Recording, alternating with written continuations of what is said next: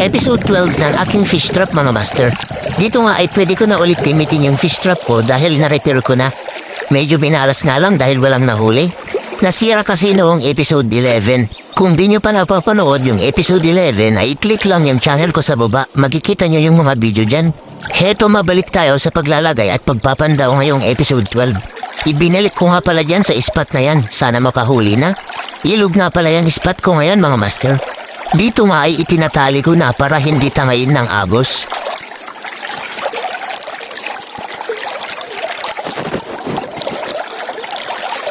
Kukuha na rin pala ako ng mga bato dyan tapos ilalagay ko sa ibabaw ng fish trap para naka-steady lang.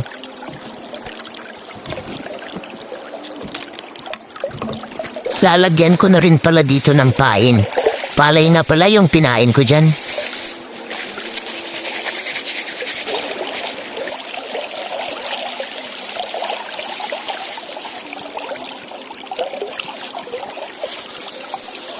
Kung gusto mong malaman kung makakahuli ay tapusin ang buong video na to dahil babalikan ko agad yan mamayang hapon. Pero bago ang lahat, kung di ka pa nakafollow sa aming page at di ka pa nakasubscribe sa aking YouTube channel, ay, iba ka naman. A few moments later.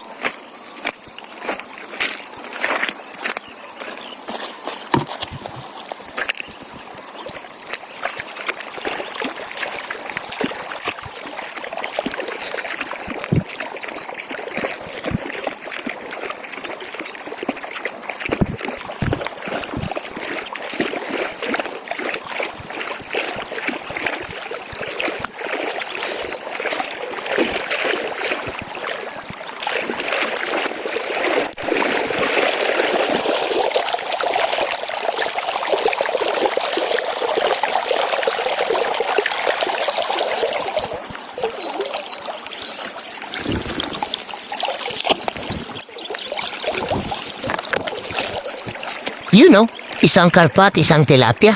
Ayos din, may pang prito na.